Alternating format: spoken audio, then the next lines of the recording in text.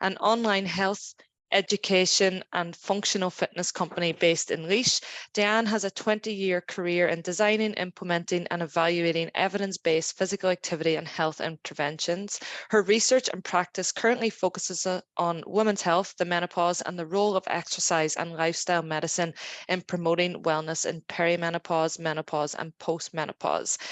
She's very passionate about teaching women the exercise and lifestyle skills and knowledge they need to promote a long health and wellness span, and a very active person as well. She's also presents on the Health and Fitness Show on Midlands 103, so you can check her out there. Irene Clark is a sports educator and coach specializing in the areas of menopause, endurance sport and participation. She has developed a How to Train in Midlife workshop to join the dots between hormonal health, training, nutrition and recovery, which gives women the practical tools to remain active.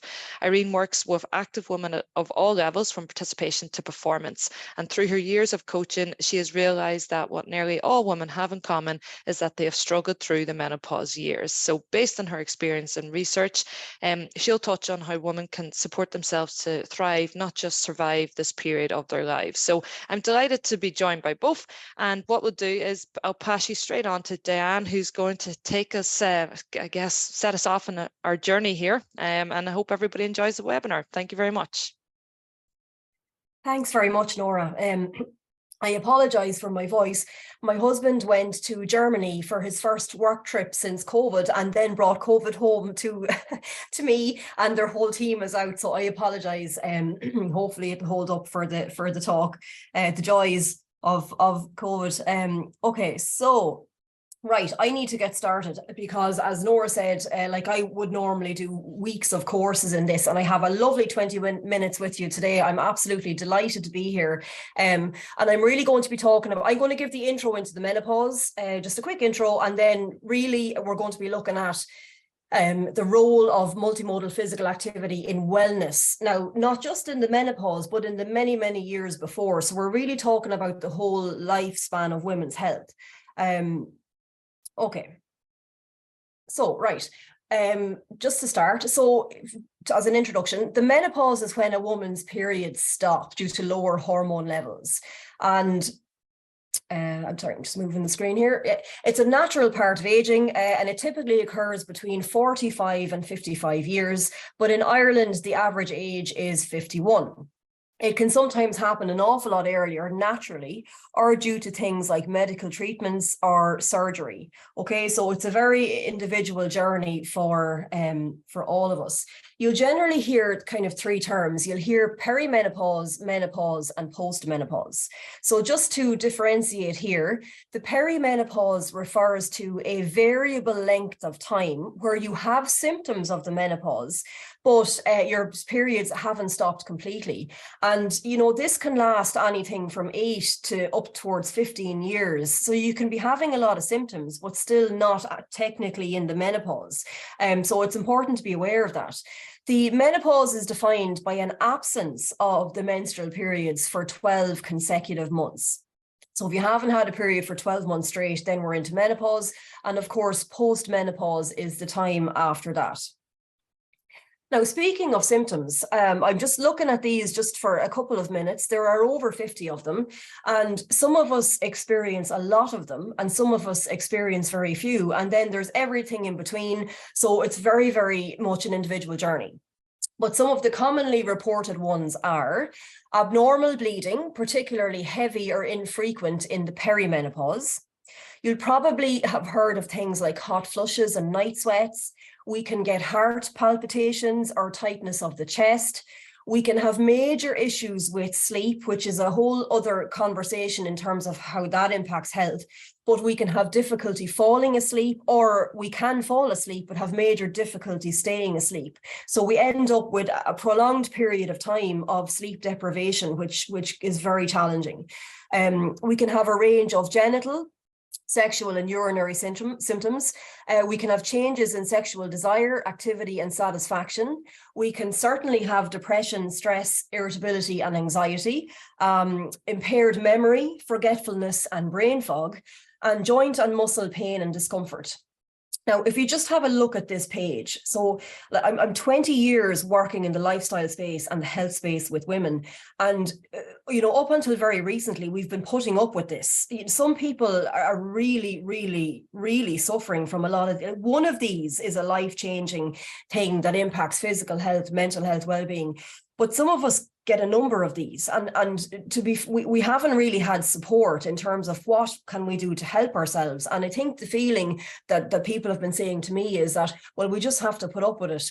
But actually, even just from the lifestyle perspective, there's an awful lot that we can do to prevent and manage these things and look at wellness during this stage of life. And that's really my role here today. So now that I've probably suitably traumatized everyone, I really want to move into, well, what can we do about this? So for today, just with the time that's available, I'm picking a couple of the key changes. So they would include the heart, so cardiovascular changes, muscle, bone, and then our overall well-being. And I'm going to dissect these just a little bit, some of the key changes, and then really I'm going to show you the types and amounts of movement and physical activity that can really help these areas. Okay, so what do we have control over? Okay, so just in terms of the cardiovascular system, so one of the major thing that happens when we hit menopause is we lose estrogen. So you may have heard of that hormone. And up until the menopause, estrogen is brilliant for our heart health, and it protects our heart and it protects us against cardiovascular issues. But when we lose it in menopause, things start to change. So we can start to get situations where our cholesterol levels start to rise, our blood pressure levels start to rise, and our cardiovascular health can start to deteriorate. Now, what I will say about this is these things happen kind of slowly over time, and they're often silent. So just one of the things I'd like to just recommend as a quick side note here is just, if you haven't had your bloods checked in a while, please go in to your GP, make contact with them, get your bloods done. I get them done every year, just to check on these things, so you can track these things early and then put plans in place to prevent issues. So just a point to note if you haven't had that done in a while. So certainly we can have these types of cardiovascular issues. But what I'm showing you here as well on the other side of the slide, I have 2 MRI scans of the abdomen, so the abdominal area. And the scan on the left, what you're really looking at here, like the dark areas, you can see they're all of your fabulous internal organs, muscle, and we can clearly see them. But if you look at the scan beside it, you can see that there's a lot of this kind of white material. And the white material is fat tissue. Okay, so the fat tissue that's on the outside, so if you put your hands down to your abdominal area and squeeze, that's just your subcutaneous fat tissue. It's the tissue that's just under your skin. But the white stuff that's in the center, that's really clouding our internal organs, that is a type of tissue that it really causes problems for health. So it's a massive endocrine organ. It produces all of these different types of hormones, and they can cause things like heart disease and diabetes and all sorts of stuff. And with the loss of estrogen, we tend to accumulate more of that central fat tissue. So really, and these are just a couple of things just to point out, but really our cardiovascular health can be under threat with this loss of estrogen in the menopause. Okay, so now what can we do about that? What you need to know about movement and about physical activity is that the type that you do has a very specific impact on your body and on your physiology, okay? And it gives us a wonderful opportunity to prescribe different types and amounts to basically treat and manage a whole range of clinical conditions. And this is the space I've been working in for the last 20 years. But the first type I want to introduce you to is aerobic activity. And what do I mean by that? It's things like walking, cycling, swimming, dancing, aqua aerobics. It's anything that uses most of the muscle groups in the body for longer than a few minutes, okay, at a time. So we are recommended to accumulate 30 minutes most days of the week. And what that means is, because we're all so busy, and I get it, I get the issues with the schedules and the busyness and the stress, absolutely. I don't think there's anyone exempt from that. It means that you can accumulate it in minutes. So, you know, a couple of minutes here, a couple of minutes there, but you're just trying to get it in throughout the day. But the reason why this exercise is so important for women, for everybody, but specifically, what does it do in your body when you do it? So when you do aerobic fitness work, like walking, running, whatever it is, the more of it you do, the fitter you get. It improves your cardiovascular fitness. Now, the big thing about this, you can see it in the blue image to the right, is cardiovascular fitness is an independent predictor of health. And what that means is, generally, the fitter a person is, the more protected they are against anything I will talk to you about today, including diabetes, cardiovascular disease, breast and colon cancer, Alzheimer's, dementia, and a lot of the big things that are prevalent in Ireland and indeed globally. So fitness is a big thing, and that's irrespective of body weight. So it doesn't matter. Fitness compensates for so many things. It's important to try and be fit and be well. But coming back to the menopause, this is the specific type of exercise that has a really powerful impact on our cholesterol levels, on our blood pressure. Okay, so if you go for a walk, for example, it'll reduce your blood pressure for 24 hours after the walk. So that's why people who have cardiovascular issues would be recommended to do this type of activity. So it generally decreases a lot of the risk factors that cause cardiovascular ill health. It certainly improves your blood sugar. So just muscle contraction, moving a muscle. If I do this is my left bicep. If I do this for a minute, the blood sugar in this part of my body is going to decrease. It won't decrease on the other side. I'm doing nothing with that side.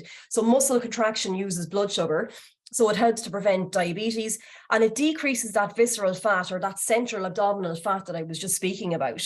So in terms of trying to counteract some of the known issues that many of us can get in menopause, this is one of your kind of defenders. So this is aerobic exercise. Okay, so we just try and do at least a few minutes most days of the week. Right.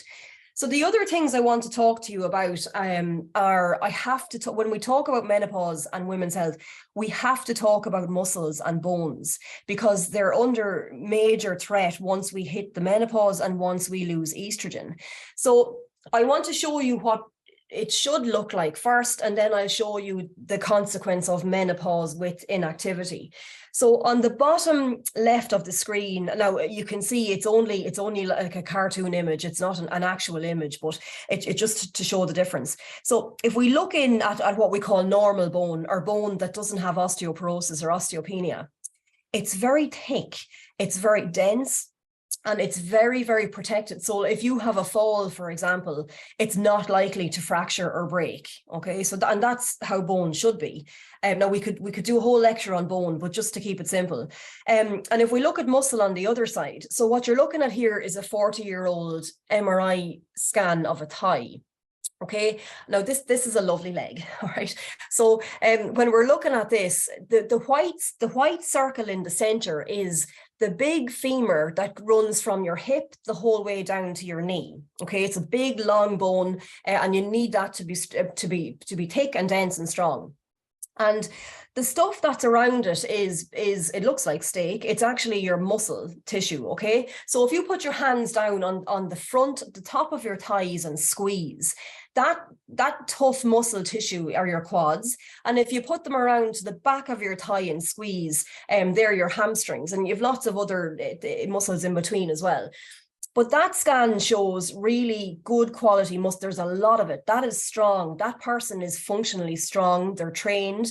They're not going to have frailty issues. The bone is good. And on the outside, then the white stuff is your fat tissue, so which has many important functions. So this, ideally, what we want in middle age and older age is we want our muscles to look like this, and we want our bones to look exactly like this. But what happens with age? Okay, so men and women, as we age, inactivity is the biggest problem. Okay, so not being active. But the menopause, the loss of estrogen, accelerates muscle loss for us, and it rapidly accelerates bone loss. Okay, so what can happen is we can end up in these types of situations, which is unfortunate, but not inevitable. So menopause, there's like a 5-year rapid bone loss period with menopause because of the loss of estrogen. And if we don't do anything about it, we are quite likely to get things like osteopenia and osteoporosis. So if you look at the picture there of osteoporosis, basically what happens is we lose bone density. So it's not as compact, it's not as dense, it's more porous, it's more frail, and it's much more likely to fracture. And I work with women all of the time who have osteoporosis in their spine, osteoporosis in their hips, and it's really, really, really debilitating. And it's one of the most debilitating things that happen with the menopause. And it creeps up over time unless we investigate it and we check and see, do we have it? Do we have a family history of it? But it's very, very likely to happen in people who are inactive. And that's what I'm going to talk about next. Now, if we move over to muscle, okay, so if we say the first 40-year-old picture is me, and my job is very sedentary. As a researcher, as a scientist, all of the things I do, I sit all of the time. I sit 8 hours a day in work. I lie down to go to sleep. I sit to eat. I sit a lot. I'm very, very inactive. And if I don't train, I'll end up with a whole host of issues. I do train, but we'll say I didn't. And over time, what happens is this other picture, which is basically muscle atrophy. And you can see there's a serious wastage of muscle. We call that sarcopenia. And really, the detrimental consequences of that is that we lose a lot of strength. We lose our ability to do things, little things every day, like getting up and down stairs, getting in and out of our car, going shopping, having the stamina to do all of the wonderful things we want to do in life. And it is really detrimental. But when muscle wastes away like that, it has a massive impact on your bone. So that bone is also going to be very, very weak. You can see things there, like there's white stuff in or around the muscle on that particular slide, which is fat tissue. And that causes the problems that I just mentioned above, in terms of it produces a lot of hormones that, again, can contribute to things like Alzheimer's, dementia, heart disease, diabetes, all of the things that we really don't want for ourselves. So this is true for men and women. This is the aging process when it's combined with physical inactivity. But unfortunately for women, it accelerates for us once we hit menopause. So it's something that we can't ignore. We need to kind of prepare for this, and we need to be looking at this and talking about these types of things from our mid-30s. But I just want to show you the power of training. Now, this is a scan of a 70-year-old triathlete, and I will highlight that they are a triathlete, so they're very, very, very well trained. But, we can learn a lot from these people. So if you look at them, that muscle scan compared to the 40-year-old, they're quite similar. There's no atrophy. There will be a little bit of aging atrophy. But in terms of, if you were to compare that person to the sedentary person in terms of quality of life, in terms of disease states, their cholesterol levels, their cognitive health, their mental health, their quality of life, they're two completely different people. And while I'm not trying to turn everyone into athletes, I'm not an athlete myself, and it's not feasible or desirable for most of us. The point I'm trying to make is anything away from that sedentary picture is good. And any movement that you do will take you further away from that sedentary picture. Okay, so we don't need to be doing hours and hours and hours every week, but we certainly need to move. And in terms of muscle and bone health, there is a very specific type that we need to do. And so it's resistance training. And we need to do that a couple of times a week. And this is the one that's quite forgotten about, but is absolutely essential, particularly for women.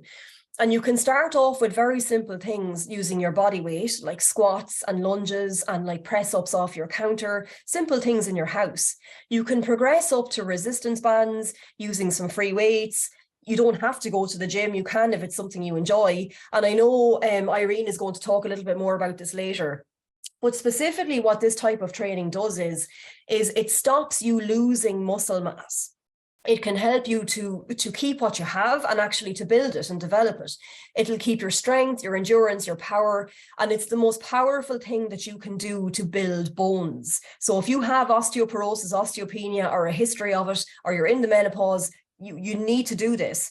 It increases functional ability and it decreases frailty and all of the consequences that happen with that.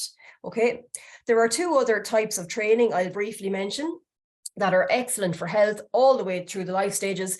The next one is flexibility, which is basically a fancy name for stretching.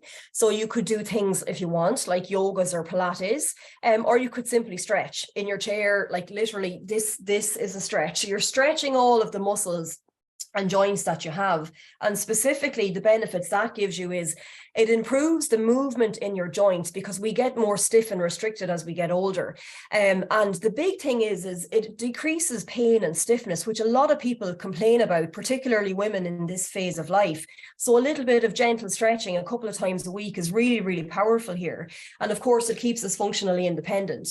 The other thing that we need to pay attention to is just some balance exercises. Now, generally, the stronger you are, so if you're doing your resistance training, your balance will be good. But if you have poor balance or you've had falls in the past, you need to start doing some balance training. Now, the best way for me to do this is to show you. So instead of just talking about it. So balance obviously protects us from falling, and it'll help us do functional things like sit to stand and all of the things that mean something very, very important for health as we age. But and I'm coming on to practical application in 1 minute for 1 minute. The point is, exercise, different types of movement gives you different types of benefits. So for example, if I have osteopenia and I don't want to get osteoporosis, I know I need to do strength training. Okay, so I'm going to have to get that into my week. If I have issues with my cardiovascular health, I need to do some aerobic exercise. Now, if you want the fabulous health and the quality of life, a little bit of each of these in your week is going to go a very long way, and it doesn't have to be for hours and hours. So there are lots of things that happen, unfortunately, in the menopause, but there's a huge amount that we can do and a huge amount that we have control over. We do not have to end up in this situation here in the middle. It is not inevitable, but we do need to get control over it now. Okay. So other benefits of movement, I have exercise here, but just movement. It will positively impact sleep, okay? It will positively impact positive mood, well-being, reduce depression and anxiety, and a lot of the other things that come with menopause, including concentration issues and memory issues. I'm short on time today, so you'll have to take my word for it. But I will mention, if anyone is feeling, overwhelmed, anxiety, low mood, just really struggling to cope, green and blue exercise are really good for you. So that means being active in a green space like the woods, the parks, or a blue space which is on or near water. Or even if you just don't feel well enough to even move in them, try and sit in them. We've loads of opportunities in Ireland. If you can't get to them, watch some videos, look at some pictures. You will actually get mental health benefits from those spaces, okay? So lastly, because we do full workshops on every single sentence I've said today, I want to highlight the It's My Time campaign. So the Edge of a Team created, we're delighted to be involved in this, full workshops on sleep health, heart, bones, muscle, nutrition, and very importantly, self-care. So if you want more information on those, they're freely available on the Sport Ireland website. And we're all about practical application. So there's no point in me just talking about these things. So as part of that campaign, we created a range of 15 and 30-minute videos that are all freely accessible for you. If you want to start doing some of this stuff even at home, see what it feels like, see the benefits for yourself. And it's all evidence-based. It absolutely works. So lastly, okay, from my 20 years working in this space, physical health and mental health are not things that happen naturally. In fact, the aging process challenges this with every year that passes. Physical inactivity is a major problem, and unfortunately, the menopause adds an additional challenge. but you have a lot of control over this. There is so much that you can do from a lifestyle perspective. And anyone here who is in a role to help women, like any of the sports partnerships or whatever, it's very important to try and include this multimodal training in the programs, because knowledge and early action are the key. Strength training is crucial. And I just gift yourself a bit of time to look after yourself and do some of this, and it will pay you back tenfold. So thank you very much for your attention, and I'm going to hand over to Irene. Wow. Okay, there's goats there. Thank you so much, Diane. So Irene's coming on, and there are so many questions coming through. So we're definitely going to come to those after Irene's presentation. There are a couple of points around the slides, the recording. We will share these slides as well with everybody who has registered afterwards, and we will send you on the recording. So keep those questions coming through, and we'll try our best at the end to answer as many as we can. Irene, I'll pass it over to you. That's super. Thanks a lot, Nora, and thanks a million to Diane. So Diane has covered what is going on in our bodies and how we benefit from the different forms of exercise. What I'm going to cover is how we go about this and what it can actually look like for you on a daily or a weekly basis. And this would be a very small part of the workshop for midlife women that's being rolled out across the country, with the focus today just being on the training element. So the research we're using is, we know that only 6% of sports science research is carried out exclusively on women, and an even smaller amount of that on menopausal women. So that's what we're working from. So as women, we have very different hormone profiles. So how we train, how we support ourselves needs to reflect that. So what is working for men does not necessarily work for women at this stage of our lives. So we're thinking here about what we do 24 hours of the day, not just that 1 hour when we're exercising. So our hormones are chemical messengers, and they're directly affected by what we do externally. So that is how we train, how we fuel, how we recover, and how we manage those lifestyle stresses. This impacts what goes on internally. So that can drive our menopause symptoms, can drive our poor health, and it can certainly affect our performance. How we manage this is individual. So if you were to imagine that we were making a cake, if we were making a cake, we would all use flour, eggs, butter, and sugar.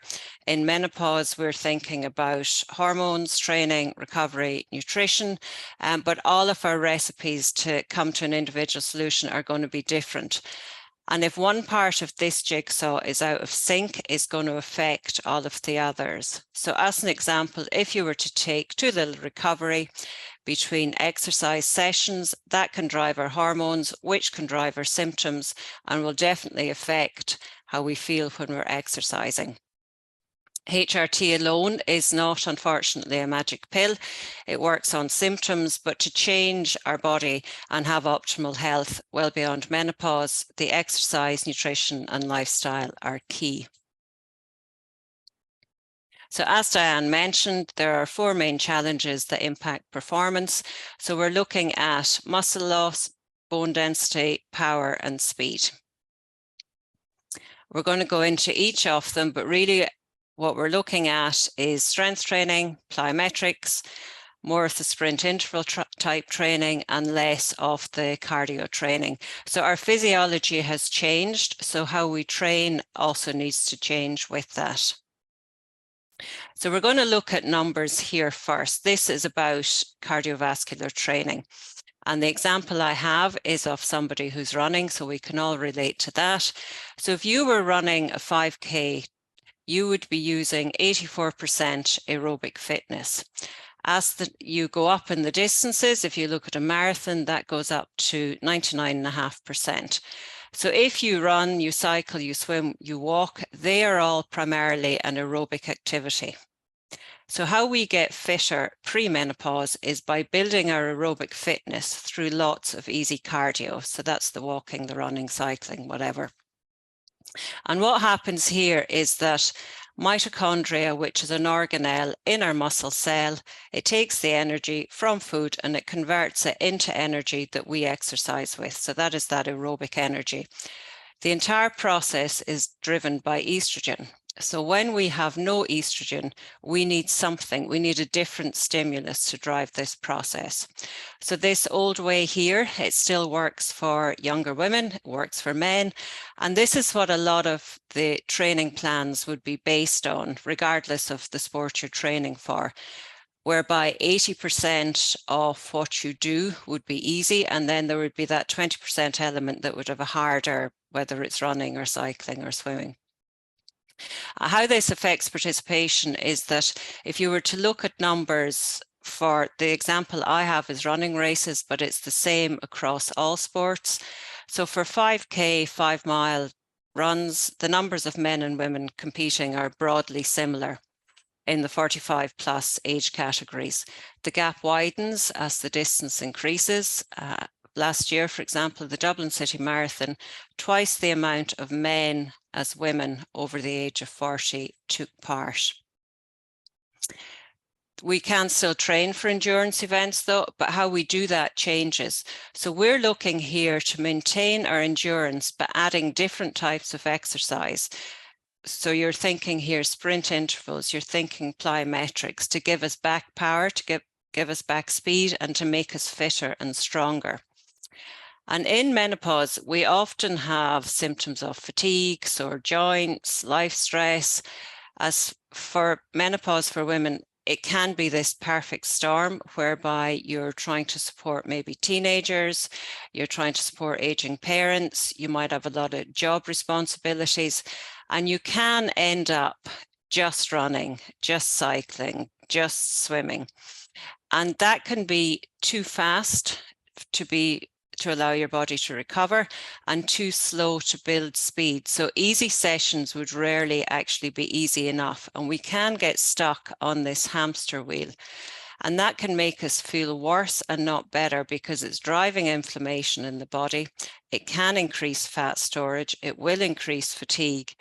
And at the same time, it's decreasing our muscle mass. So it can feel like every session is a struggle. You know, the legs won't run, they won't pedal the bike. And the expectation is that you would sleep really well after your session, but you actually end up tired but wired. What easy means here is if you're familiar with the zone system, it would be zone 2. If you use heart rate, it would be roughly a heart rate of 180 minus your age for running, and you take another 10 beats off that for cycling. Or if you use heart rate max, it's 65 to 70% of your max heart rate. If you do any of those cardio activities, it's actually worth having a look at your watch just to see where you lie on that scale. And as Diane already said, if we're only going to make one change in our lifestyle in menopause, adding in strength training is the one. We've already covered the health benefits. I'm going to look here at the performance benefits. So if you can do strength training, what it will do is it'll build capacity in your body. So what that means is you have that ability to handle more training or harder training, which is key for longer term improvement. It can make us more injury resilient. We know that we get injured more often as we age and it takes longer to recover. So anything we can do to stop that is a positive. It'll help us with our fatigue time in races. So what that is it helps you to go for longer before your body starts to fatigue and you lose form. But if you have a stronger body, you will become more efficient and you'll move better. So if you're a runner, you'll be able to run that little bit faster. Or if you're a cyclist, you'll be stronger on the bike. If you're somebody who favors cardio exercise, you can end up by only doing that. You can have the engine of a Ferrari, but your chassis, your body is like a 20-year-old Micra, and unfortunately it can let you down as you age.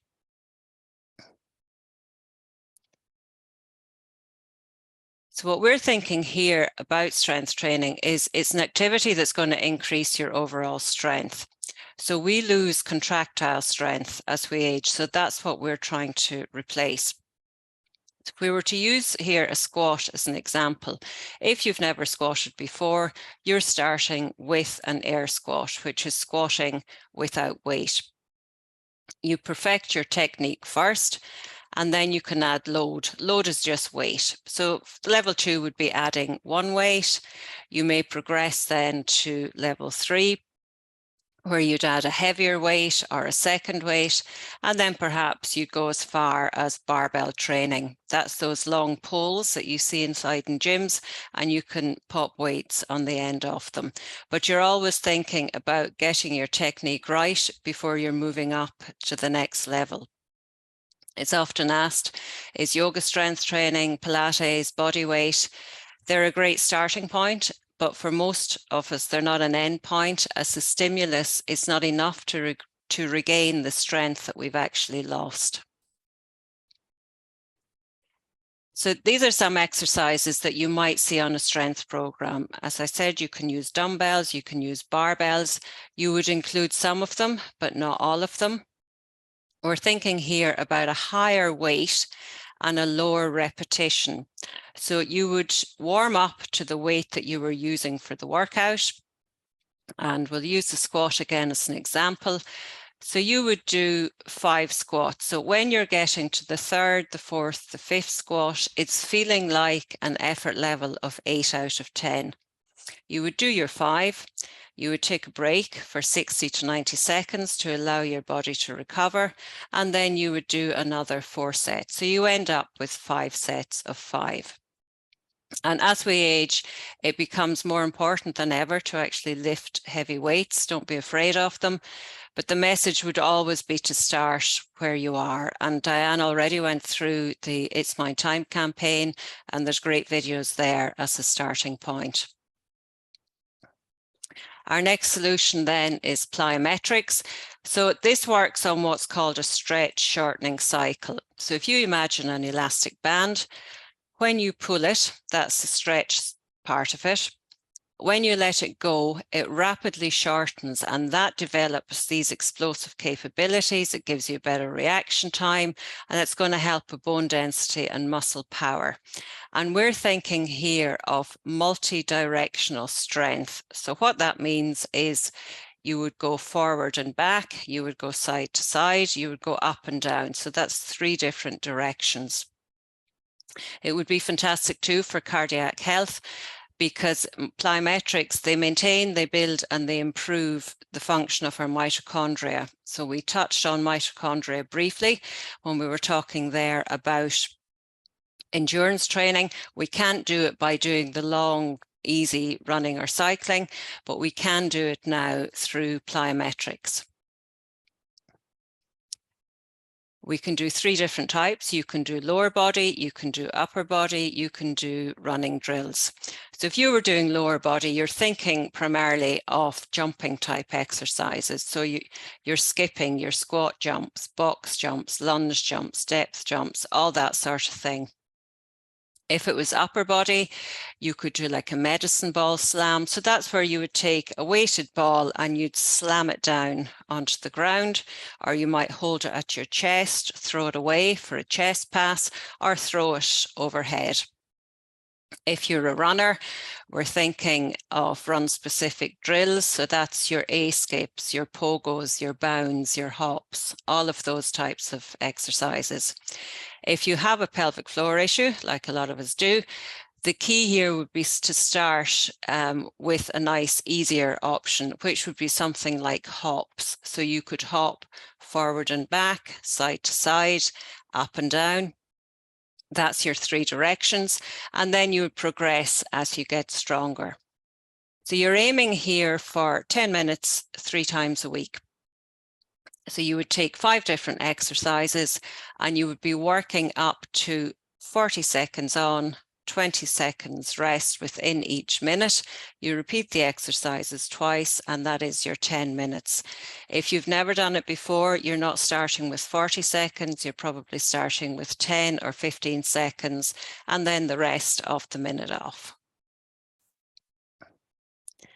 So sprint interval training then, that is alternating very short bursts of anaerobic activity, where you're really out of breath with a recovery period until you're tired. So it helps build muscle, and because of the strong stimulus it provides, it can also help to train the body to use carbohydrate more effectively and stop it lodging there on our belly and on our back. As it's increasing our insulin sensitivity, that can help us manage our weight a little bit better, as we can become prone to weight gain around this time. So we're thinking here about speed, but we're also thinking about changing our body composition. So it's a very hard stimulus on the body. The maximum session would be about 30 minutes, and the interval durations would be between 20 and 90 seconds at what they call 90 to 100% of your VO2 max. So that is a hard effort. You're not going to be having the chat while you're doing this. You can do this running, you can do it on a stationary bike, cross trainer, rower, doesn't matter. You can do it on a swimming pool. You can even do it walking. How you would do it walking is, if you were out for your walk, you could use your lampposts as guides, and you could walk really, really quickly between the first and the second one, and then walk slowly to the third one, and then repeat that. So to make it practical, adapt the exercise you're currently doing and that you enjoy doing, and just incorporate this into it. This is the last piece then in our training jigsaw, the functional training. So as Diane said, they're exercises that help you move better in daily life. So you're thinking things like, increasing your shoulder mobility so that you can place your hand behind your back and undo your bra strap. We're also looking at pelvic floor. That can be a huge barrier to exercise. And, it's never too late to start doing those exercises that we were told to do after we had children, if you had children. But if you have pelvic floor problems, it's certainly worth consulting with a pelvic floor physio to get specific advice. And your core is part of your pelvic floor as well. In terms of joint mobility, we're looking at increasing the range of movement around our joint, not just for sport, but for daily life. Because if we don't move, we might get to a point in life where we can't move. So maintaining good mobility, would be key for all of us. So we're going to look now at how do we put this together? So this is an example of a training week if general fitness is your focus as opposed to one particular sport. How often will depend on your fitness level, depend on your goals and your actual starting point. So in an ideal world, you're aiming for 1 to 2 strength sessions per week. You can incorporate plyometrics into that. You could also incorporate them into your sprint interval session. Once a week is fine here. And then you're adding in that low intensity cardio, running, walking, cycling, and the good movement, the yoga, the mobility, as often as you like.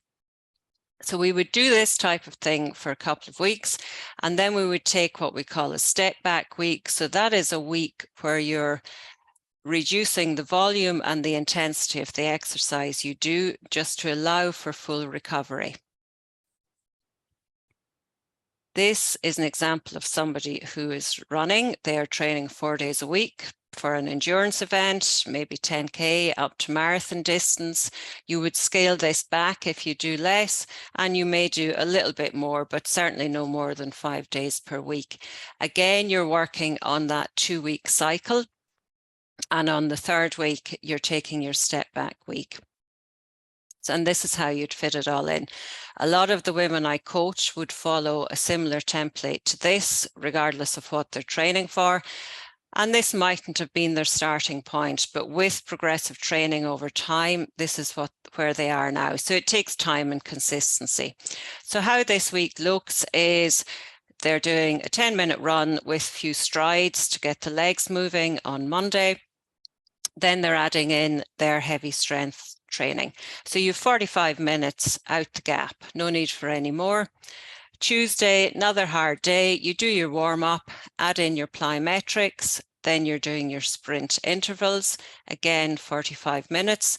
Second hard day, so Wednesday, the focus is completely on recovery. Thursday is a day that is neither hard nor easy. It sits somewhere in the middle. You could potentially do a kind of tempo, steady type of a run, or you could add in that second strength session. Thursday or Friday rather is a rest day, and then you're looking at that long easy run on Saturday, potentially with some plyometrics beforehand.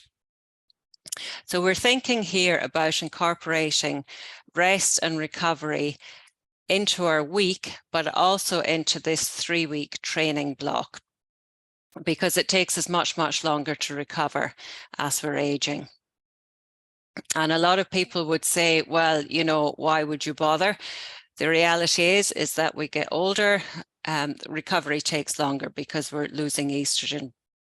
So why would we be running ourselves into the ground when we could just as easily be running or cycling out the road on good, fresh legs? Because it's not actually meant to be a struggle every day. And what we know is that you get fitter, you get faster, and you get stronger in the recovery period. It's not actually whilst you're doing the exercise, it's whilst you're recovering that you get that little bit stronger.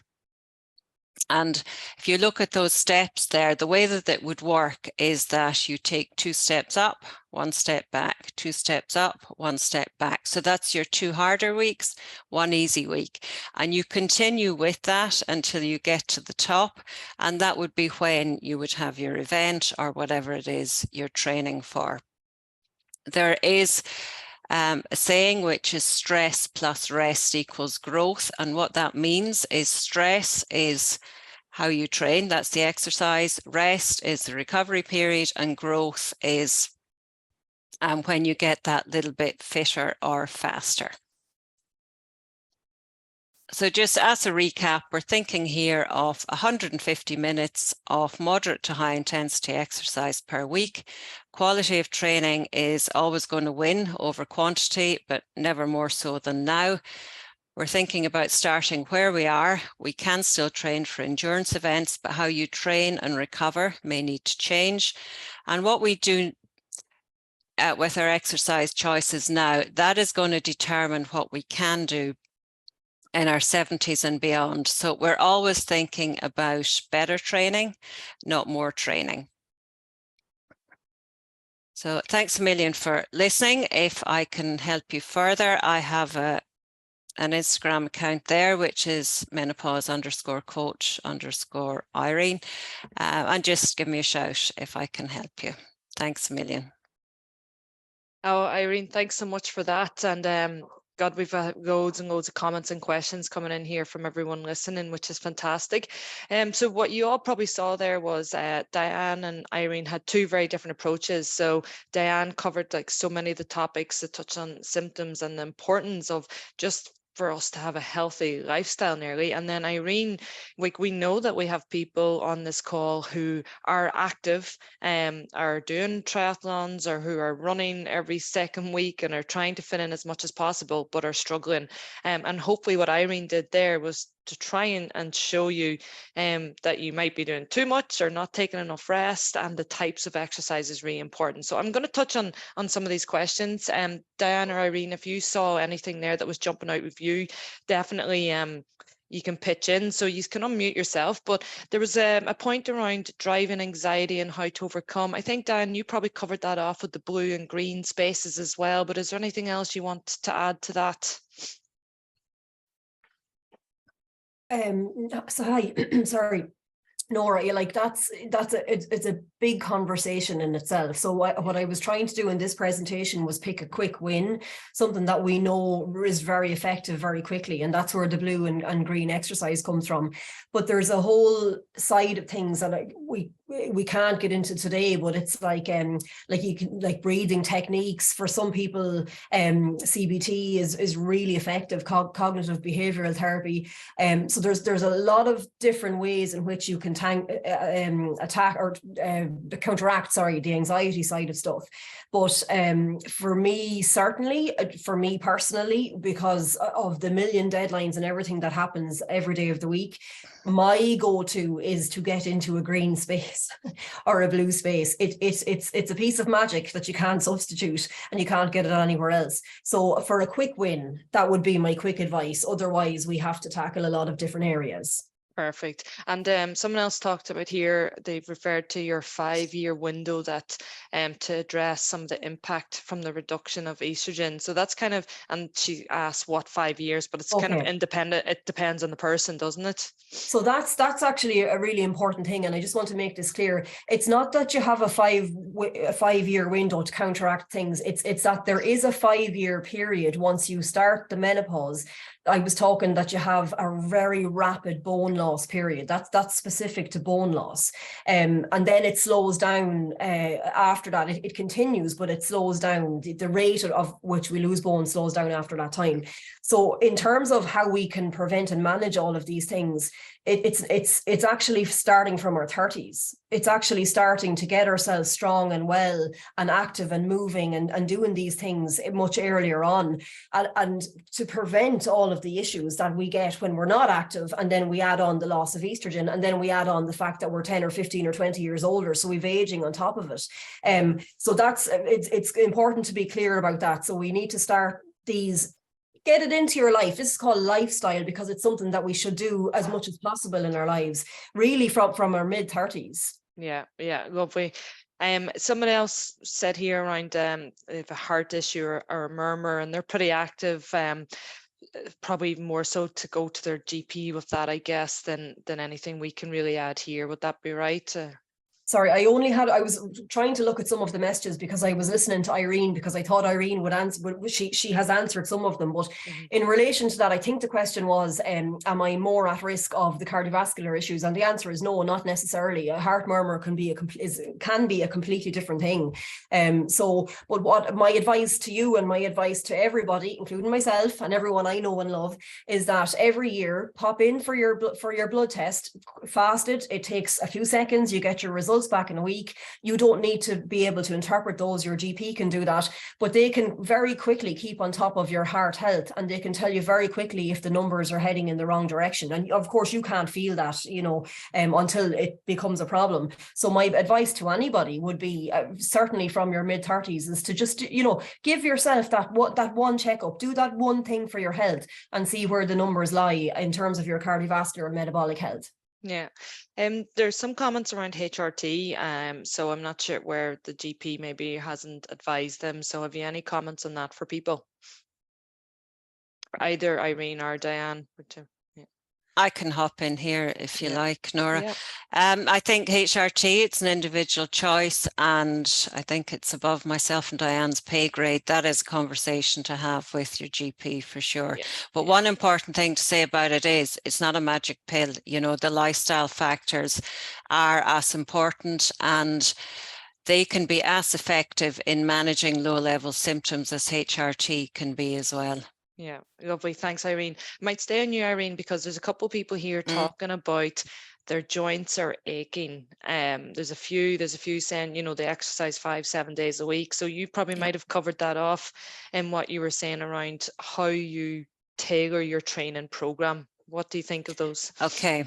Yeah, there's a lot here. So in terms of joint health, right, we're back to strength training. You'd swear myself and Diane would be paid to promote strength training.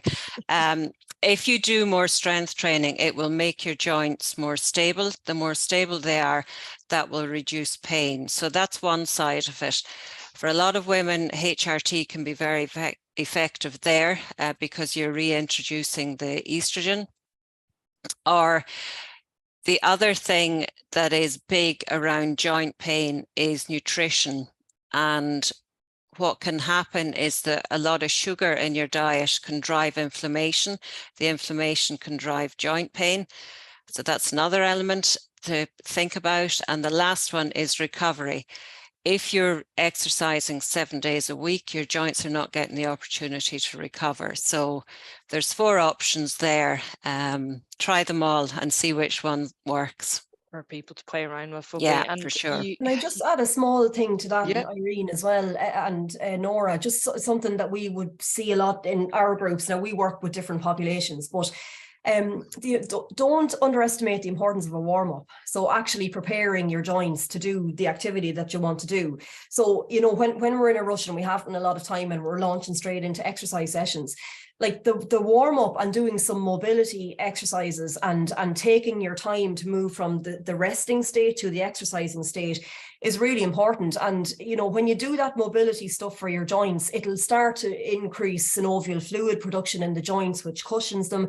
And it does a lot of things. And I'm observing over the last number of years, a couple of things. The recovery or lack of it, Irene, is the big thing. But also pay attention to your warm-ups. If you're going to go in and do a big good weight session, or if you're going to do sprint sessions or whatever they are, and you're having joint issues, just protect them a little bit and just pay attention to your warm-up before you start.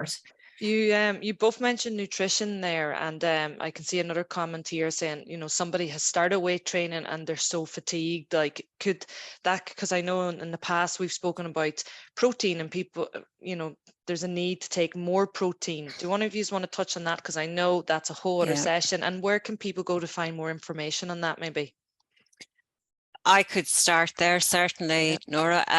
Okay, so protein actually will help with joint pain to an extent, because it helps you recover.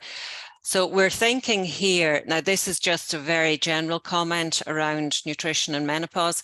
We're thinking here that we still need carbohydrate to fuel our exercise, but we need more protein to recover, and we need more protein in general, because we can't use it in the same way. Our utilization is not as effective as it was previously. If you're doing a lot of sessions, you're thinking about, there's a 30-minute window. And what happens there is, if you're doing something like, say, a strength session or you're running, it's breaking down muscle. So if you can get protein in, protein is for growth and repair. If you can get it in within this 30-minute window, you can utilize it a lot more. So you get more benefit from it. It's still beneficial if you have it after 30 minutes, but within 30 minutes, it would be more effective. So yeah, that can certainly be helpful for sure. Diane might want to add more to that. No, just if you're looking for somewhere to go, like, so in the It's My Time campaign, Ruth Kavanagh, she's our registered associate nutritionist in EduFit. What she has done is she's taken the basics of so the nutrition recommendations for general health and wellness for women, but with a particular focus on perimenopause, menopause, postmenopause. So that would give you like the foundations or the building blocks for just the top nutrition things that you need to know that are evidence-based for this stage of life. I think it might only be 30 minutes of a workshop.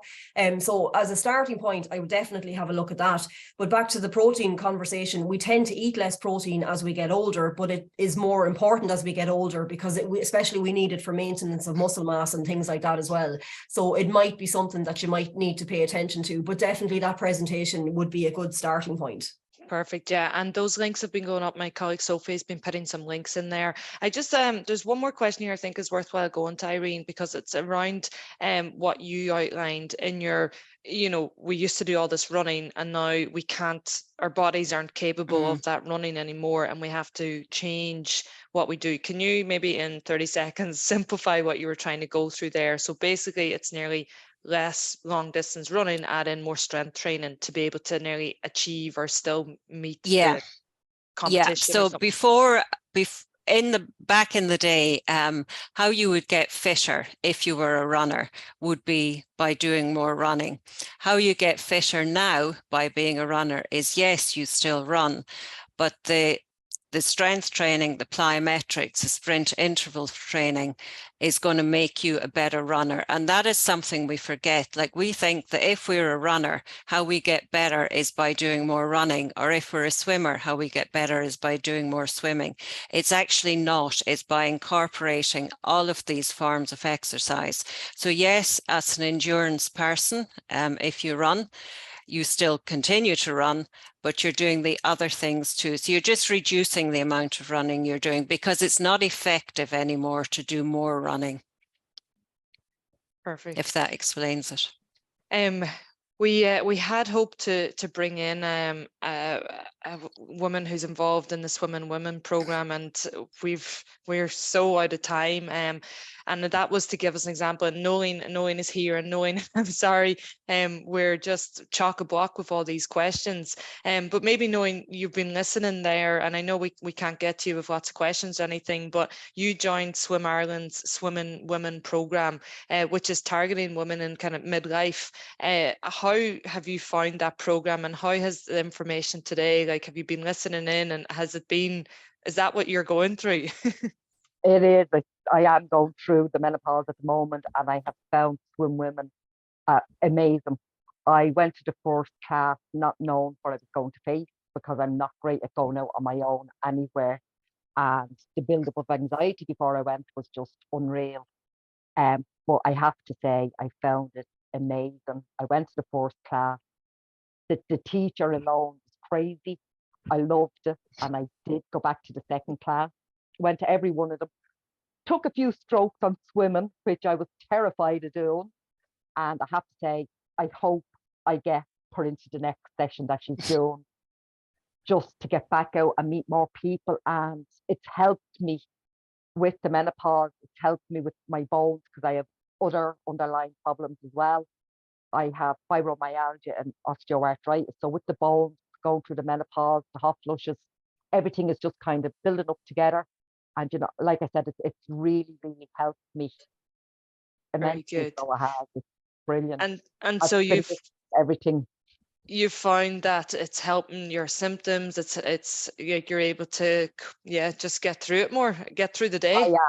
It is. It's really, like I said, it's helping with the bones, and it's just helping with everything. It's helping me get back out to meet people again, and the anxiety, and if I can get back eating properly now is my one big thing, because my appetite is just, it's gone. As you say, I've piled on the weight, and that's my other thing now that I just need to get back doing now, is just the appetite. Fair play. No, thanks. Because actually it's really good to hear just a couple of comments that you said there, which is the reality of so many people who are listening in today. I guess, you know, from us all here, look, we had over 300 people on the call. We had two fantastic presentations. Knowing definitely brought it around full circle to you are the participant at the heart of it. And some people were asking, you know, where do I find these programs? The national governing bodies, the local sports partnerships, they are running programs that the likes of yourselves and others listening in can go to. And yes, we might be anxious, we might be nervous, we might be fearful of who's judging us, but really it's about taking that first step and turning up for the first session, isn't it? And you just love it going forward after that. Yeah, definitely. Look, thank you so much, Irene. Thank you, Diane. Thank you, Nolene. Thank you to Sophie as well in the background, who was helping really hard. And thank you to Una. I know Una's probably heading to the gym now or something and embarrassing us all. Do you want to come in with any final comments, Una? No, just that I should be heading to the gym, but I sadly probably won't. But I mean, it's been absolutely fantastic. I really appreciate the speaker. It's been really, really, really insightful. And you know, look, I'm one of these people who I did used to be an athlete once upon a time, and you know, as I started to get to this age, I started to think I just have to train more. I'm just putting on weight. This is ridiculous. And now I'm really getting a sense of just change the outlook. Strength training, I have started to try and go to the gym a bit more, but I'm naturally more of an outside person. But I mean, I think there's options to do the strength training and doing a lot of these in whatever your environment might be. So yeah, look, I really appreciate it, guys. It's been very, very helpful. And our natural instinct as athletes is just do more.